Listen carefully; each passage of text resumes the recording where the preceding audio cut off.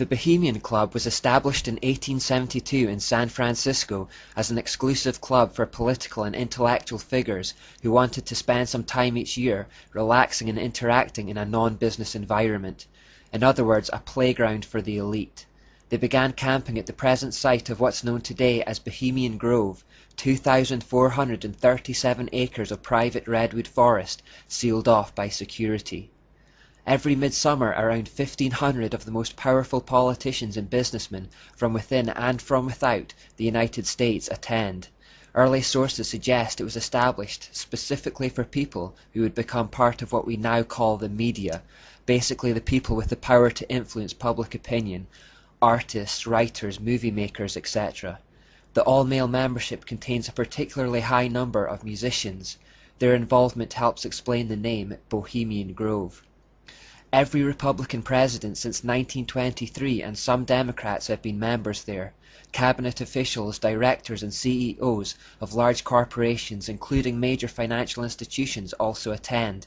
Major military contractors, oil companies, banks, including the Federal Reserve, utilities, including nuclear power, and national media have high-ranking officials as club members.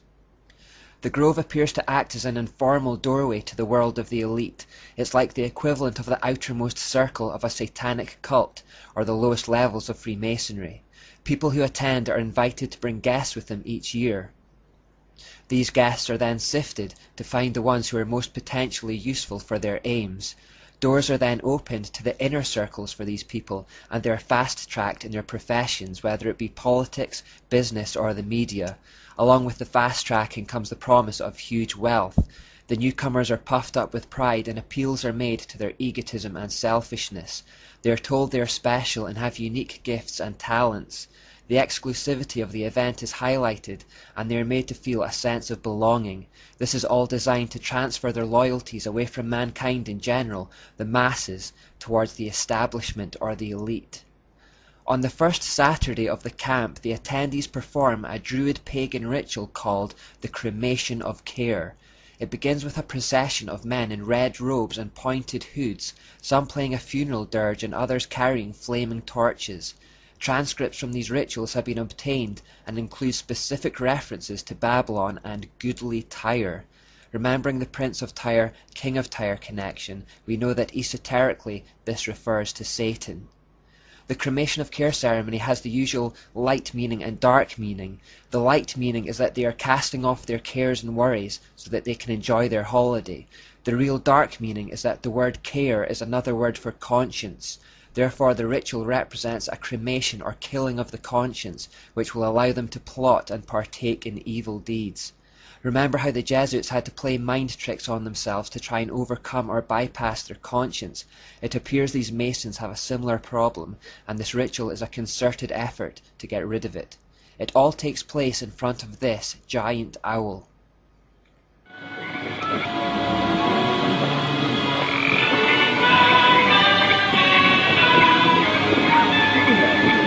Time malevolence which would pursue us here has lost its power under these friendly trees.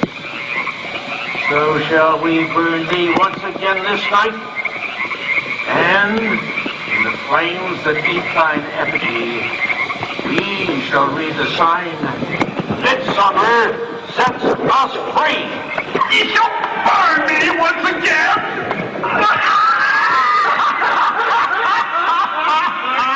Not with me, flame, which hither ye have brought from regions where I reign.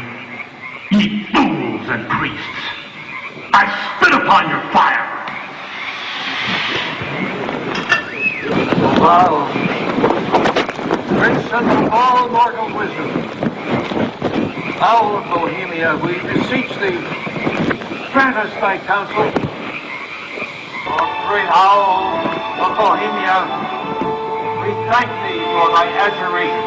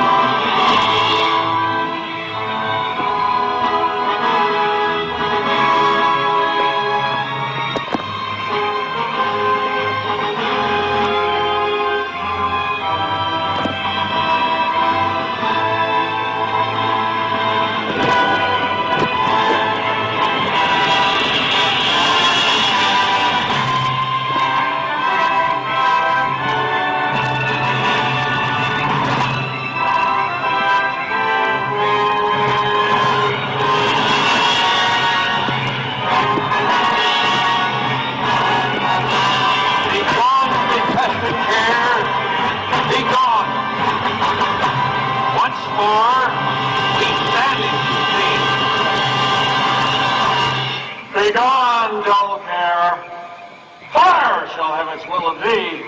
Begone, old care, and all the winds make merry with thy doubts. Hail, fellowship's eternal flame. Once again, midsummer sets us free.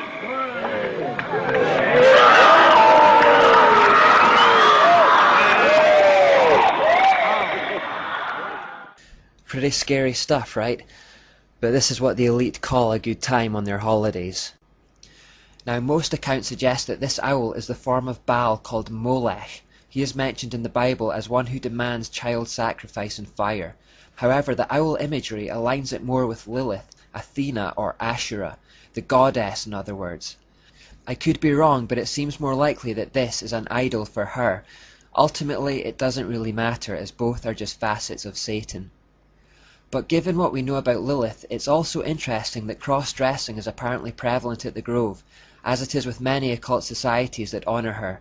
The Nebraska-based Knights of Aksar Ben are reported to participate in a festivity called High Jinks in Hades involving cross-dressing. A similarly named activity goes on at Bohemian Grove, where it is reported that the men and boys parade in women's clothing or dress up as Egyptian goddesses. Gender ambiguity in the ancient Mediterranean world was prevalent wherever the goddess Ishtar or Asherah was worshipped.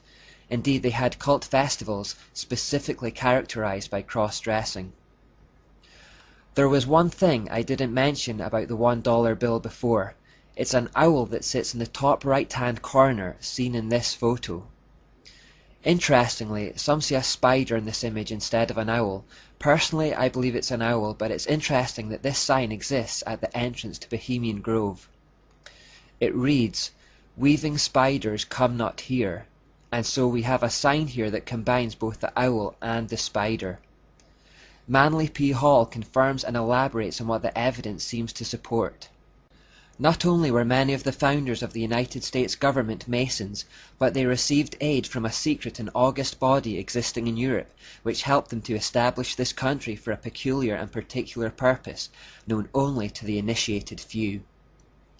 Before we finish off this third section covering the Enlightenment era and move on to the present day, we need to explore more about this European secret body who were aiding the establishment of a Masonic America.